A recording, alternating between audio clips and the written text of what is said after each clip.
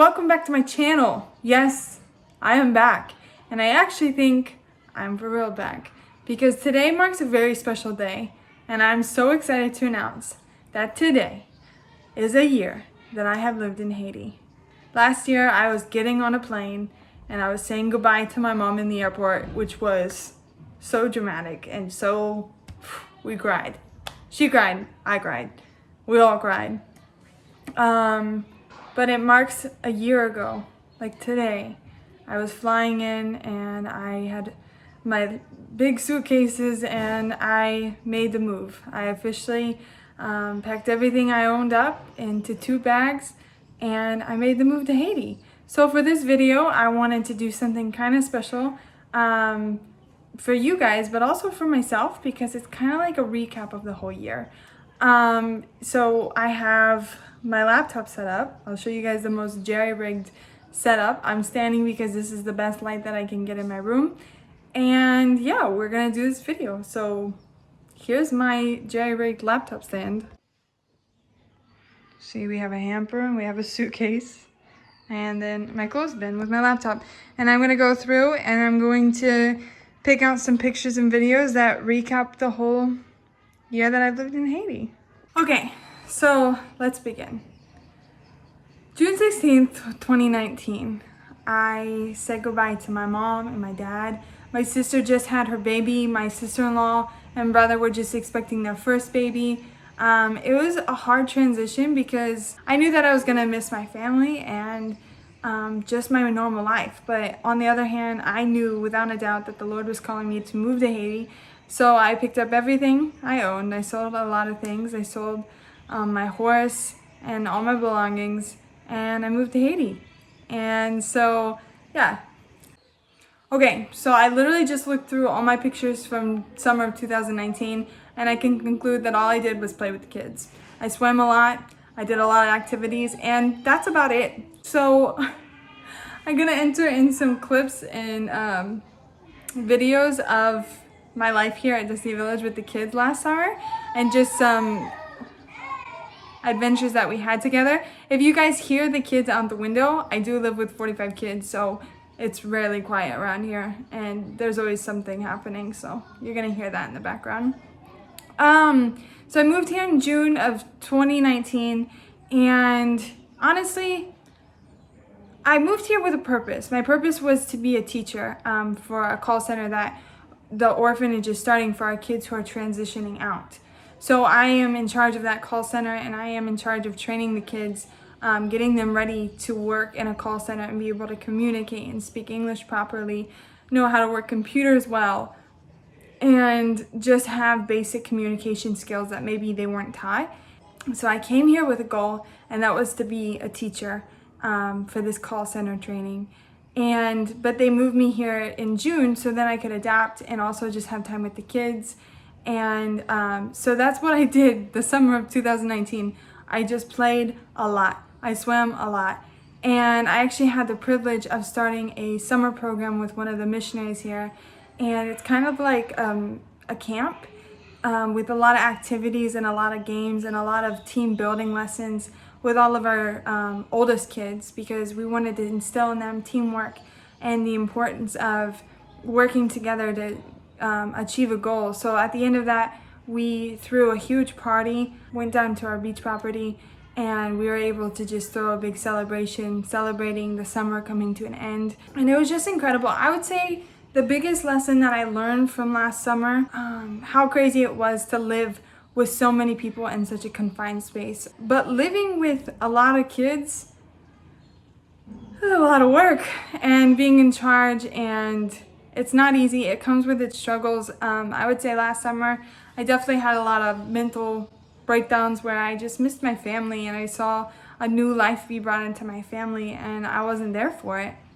And that was challenging, but I did know that this is where the Lord called me to be, and so I was just gonna accept the challenge and be here. Here I am, Lord. It's hot.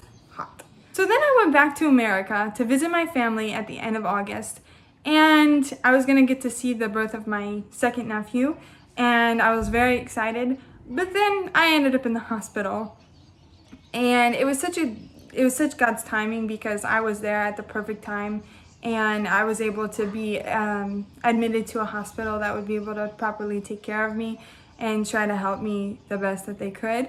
But also having a third world illness, there's not much that the American hospitals can actually do, because a lot of the sicknesses that they see here don't have treatments, or the American hospitals aren't familiar with them, so they don't have the proper lab to properly take care of the problem that I was having. And so that was awful. I literally laid in my hospital bed so many nights, and I just cried and cried. I was undiagnosed for, I think, probably about a week. I was in the hospital, and it was challenging. They thought I either had malaria, typhoid, or chikungunya disease. And so I actually got healed from that. And so I left the hospital one day, and I never heard anything back on what I had. So Okay. So moving on, I spent time with my family in August. It was all well. I was able to see the birth of my second nephew, and he is so handsome. This kid is just so cute. Basically, I just spent a lot of time with my family, and then I headed back to Haiti. So whenever I got back here in, I think it was September, Destiny Village actually started their own school.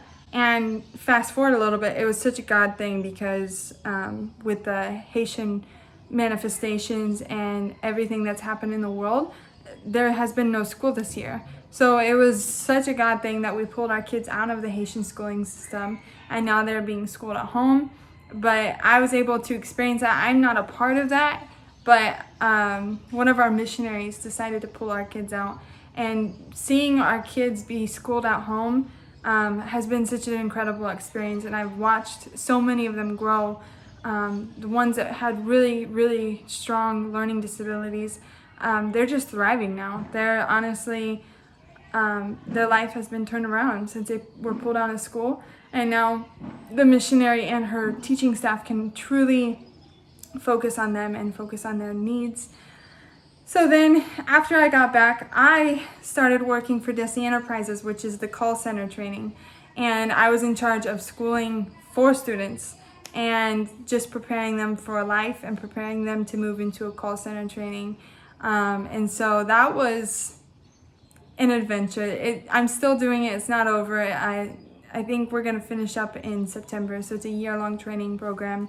And it's been incredible watching these 4 lives just change and completely turn around. And then so being in charge of that and coming up with different activities and different lessons to teach them the best that I knew how, which honestly I didn't know how, but the Lord completely stepped in, and I watched those 4 lives, their entire lives change and turn around. And right now they're just four young adults on fire for the Lord. And I know that God has such a big plan for their life, and I know that He is going to make big things happen in their life. So I'm so excited to see what happens with them. But teaching has been such an incredible opportunity, and I learned things that I never knew I could learn, and I accomplished things that I didn't even know was possible through the Lord. He equipped me in so many ways and was able to teach me how to lead others, and it's been such an incredible experience just seeing their lives turned around. So between then, in December, I would say my life was pretty normal. I just had, well, actually, no, it wasn't. It wasn't normal. Oh gosh, sorry. Let's see, when did this happen? October, maybe?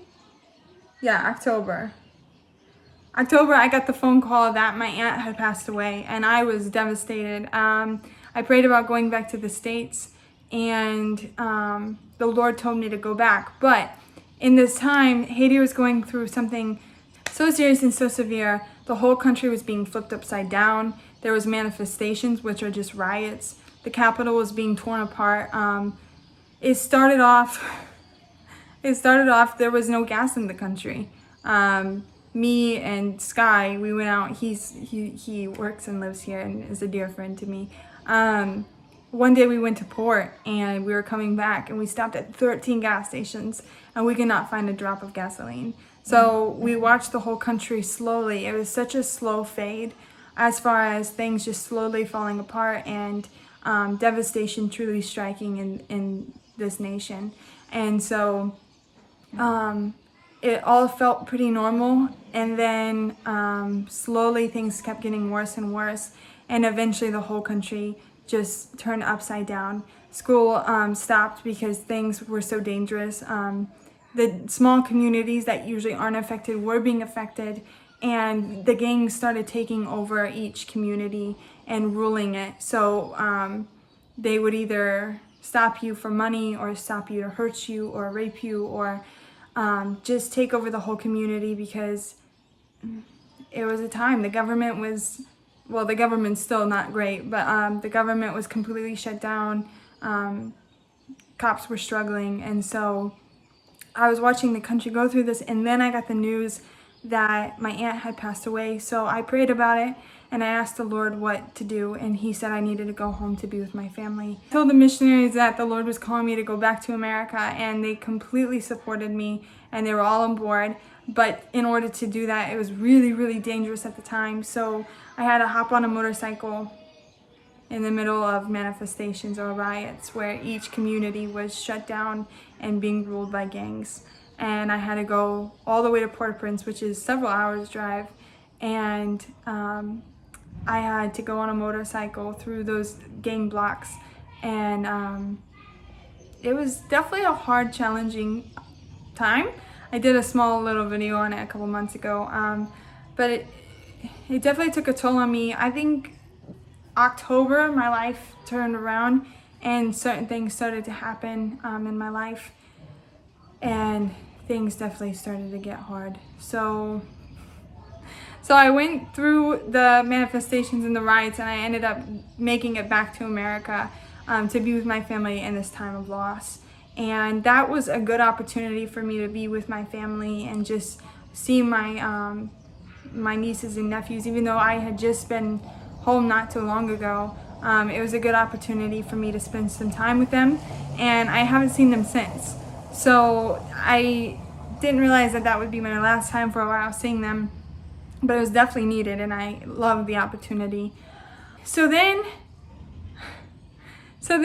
whenever I was there, it was only supposed to be a very short trip, but Haiti was completely turned around and things were very unstable. So I couldn't get back into Haiti. It was extremely dangerous, and the gangs were just taking over, and the entire nation was just flipped upside down because of governmental problems and corruption, and Venezuela being affected Haiti, and there was no gas, and then the people just had enough. They were done, and so they were taking a stand against the corruption of the government, and it was a really hard time for Haiti. Really bad things were happening, and it was just complete chaos. I decided to fly to Florida because I knew that would cut down on my fly time, and if there was an opportunity for me to get back into Haiti, then I could do that very quickly. And so I actually stayed with my grandparents in Florida for a while, and then I got the green light, and I think they texted me like on a Monday. They said you can get on Thursday, so book a ticket and let's go. And so I fly in on a Thursday. I stayed the night in Port-au-Prince because they couldn't come get me. So then eventually Sky was able to come get me the next day. We drove through roadblocks, manifestations. We drove through gangs, and at one point we had a detour off of the main road into a banana field, yeah. And a gang member walked by our truck the whole time. And it didn't feel scary. I definitely felt the peace of the Lord and knowing that I was where I needed to be. And so I was just trusting in him and trusting that he was going to get us through it, and he did. I think between November and December, life was really normal. I just was living my life. Nothing too crazy was happening. And then Christmas came. And Christmas in Haiti is just one of my favorite things in the whole world because unfortunately, we had to cancel our Christmas team coming down, a missionary team, and they bring all the kids presents. but because of the manifestations, that actually got canceled. Hold on, let me turn on my fan. Holy moly. Hot. So anyway, so the missionary team got canceled, so the kids didn't have many presents on Christmas morning. They had stockings, and this is my favorite time. We did like a big Christmas party. We went down to a beach property, and we just had a bonfire and s'mores. And if you guys please go watch my Christmas vlog from this year, it has to be probably my favorite video that I've ever made. And it was just incredible. I loved it. And then New Year's is also my favorite because it's Haitian Independence Day. So everyone celebrates that. And it's an incredible experience, and there's a lot of history in that day. And the people, they eat pumpkin soup, which is a symbol of their freedom and coming out of slavery, because the French, they would eat this pumpkin soup, and it was like a novelty, like the slaves couldn't eat it. And so whenever they gained their freedom, they actually it made it a tradition where every January 1st they would eat pumpkin soup as a nation. And so it's just an incredible experience. Man, that's gonna be a long video. Then after December, things got crazy, absolutely crazy. The Lord told me December 31st, he said that this is going to be a year of uprooting, and it has been. I love the chapter where Paul, I forget where it is, but Paul talks about how he could share all the wonderful things he's done, but instead he's going to share the hard times because they bring glory to the Lord. So by me sharing what has happened between January to now, I'm not trying to uplift myself at all. I'm not trying to give glory to myself or get pity from anyone, but I need you guys to see my testimony, so then God can have the glory. So then I told the Lord, because it seemed like a hard year up until this point. So I told the Lord, I was like, you know, God, the things that I went through, like, I just feel like I didn't really find you very well. Like, I promise 2020, I will find you, Father. Like, I will see you in the hard times, and I will know that you have a perfect plan. Be careful before you speak. He told me I'd be uprooted, and then I'm sitting here like, okay, Lord, I'll have the best perspective that I can. Okay. So, we made that promise. Me and the Lord had that conversation. It was December 31st, January 1st. Everything was fine. Then January 3rd, I ended up in the hospital in Haiti, Port-au-Prince. They thought I had appendicitis. I got to the hospital on a Friday, and they thought for sure my appendix were rupturing. And you guys know, like, if your appendix bursts, then you could die. It can be a serious thing if you don't get it taken care of. So I ended up in the hospital in Port-au-Prince, and it was crazy. It was absolutely insane. I feel so blessed because I had the best care that Haiti had to offer.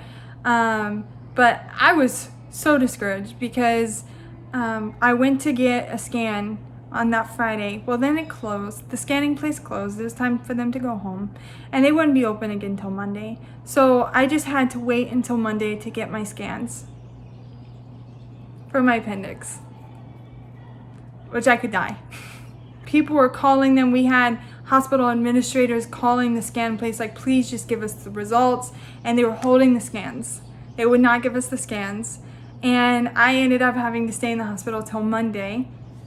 And it was very painful and really scary because I was in the unknown, completely in the unknown, and I had no idea what was happening inside of my body. All I knew was I was in a lot of pain, and I had a lot of things happening. I had a lot of doctors doing tests on me and putting things into my body and drawing blood, and I was just scared. I was really scared. There was some times that I would call my dad and I'd be like, Dad, I can't do this anymore. Like, I'm tired, I can't go on. And he said, Brooke, you are in a battle.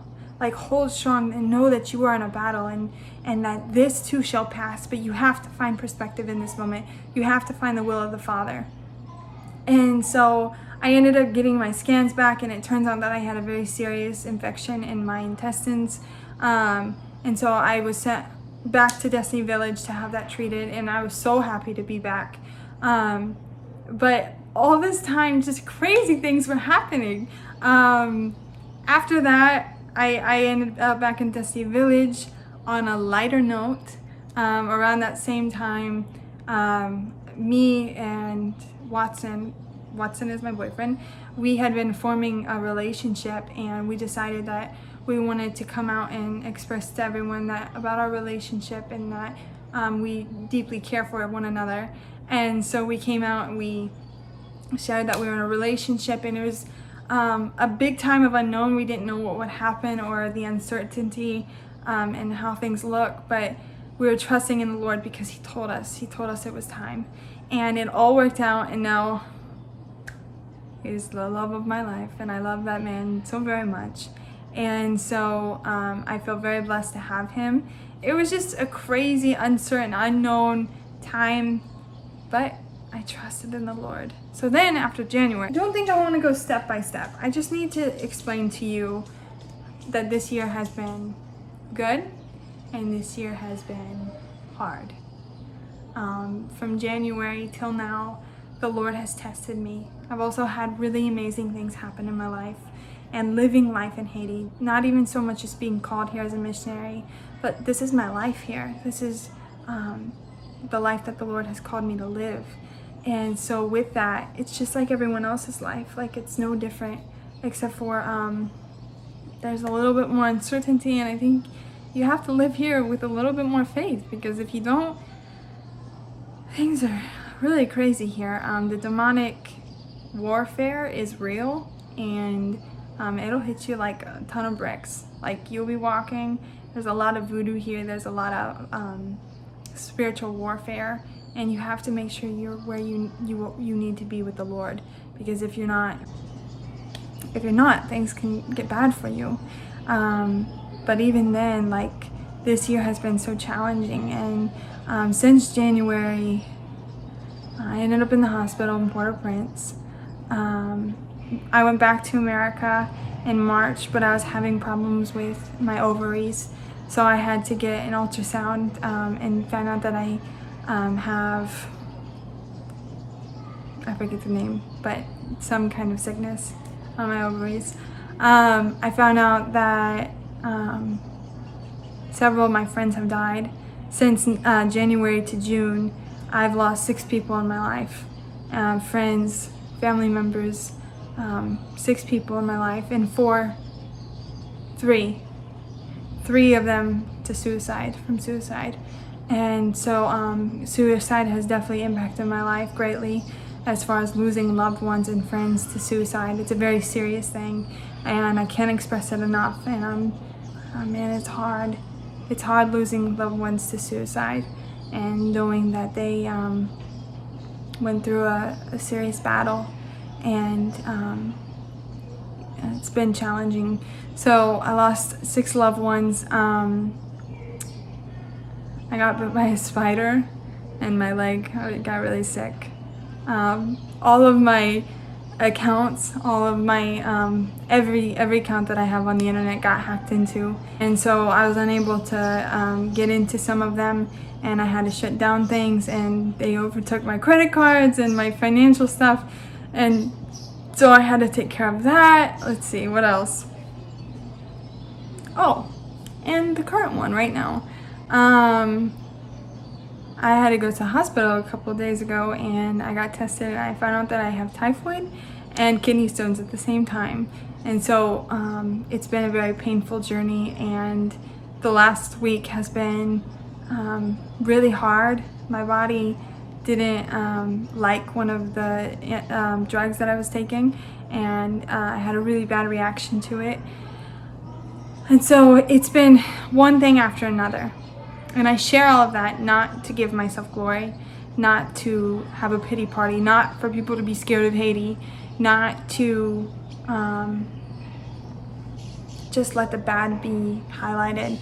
But I want you guys to see that you guys can still stand strong, and that no matter what you go through, no matter what you're facing right now, that the Lord is with you. And I need each one of you guys, whatever you're going through, no matter how hard it is, and I know it's hard, I need you to find God in it. When I was in the hospital in January in Port-au-Prince, the Lord spoke to me about my future and the future that I would be having in Haiti, and how through this experience, through experiencing what Haitians have to go through every day, by getting typhoid, by getting kidney stones and having to lay here and just be in pain and get through it, the Lord has showed me lessons and showed me how my future is being impacted through these moments. And so I believe God is a God of healing. I believe God is a God of restoring. And I know that He can take your situation like that. It's gone. I know He can. But on the other hand, I also believe He's a God of purpose and a God that has a plan. And so for each one of you guys, I need you to find His plan today. I need you to dive deep and ask, God, if you have not removed me from this, if you have not taken this away from me, then what is the purpose? Why am I in this? Why do I have this happening in my life right now? And ask yourself, find the purpose. And it's hard, and I know it's hard. And all these things that I just shared, all the hard times, watching this country, my family, my friends, myself go through hard times, I know it's challenging. But I also know that there's a God who loves you and cares for you so much. And I know that He has a perfect plan for your life, but you have to surrender your life to Him completely. And you have to know that He will guide you. And even whenever it gets harder, He's still there for you, and He has not left you. So that is my purpose in sharing all of this. There's also been amazing things that have happened in my life, and lessons that I have learned, and the way that the Lord has used me in this nation and use this nation to touch my life. But I also want to share with you guys the hard times, because I need you guys to see that it's not all beautiful. It's not all Instagram posts. That's Watson when he gets angry. Yes. They're not opening the gate. I need you guys to see that it's not all Instagram posts. It's not all perfect. It's not all joyous. There are hard moments, and there are hard moments where I want to give up. But in those moments, you have to find the Lord, because I promise He is so good and He's so faithful. Like, I can't even continue this video because I'm so overwhelmed, and I need you guys to hear this. God is faithful, and He's going to protect you and take care of you. Just surrender your life to Him and know that He has a perfect plan for you and that He loves you. So that has been my year. This year, I'm hoping to actually document more things as far as keep you guys in the loop and allow you to see this next journey, this next phase of my life. But you know me, I'm really bad about posting videos.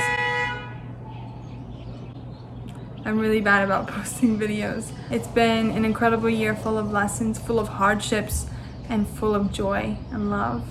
And I cannot wait to see what the Lord has to do in my next journey. So hope you guys enjoyed this video. Please like and subscribe. It helps me out. And for the people who do follow me right now, I really appreciate it. I see all your guys' comments. I see all your feedback. And it means a lot to me when you comment and when you like the video. So I love you guys, and I hope everyone's doing well. Bye.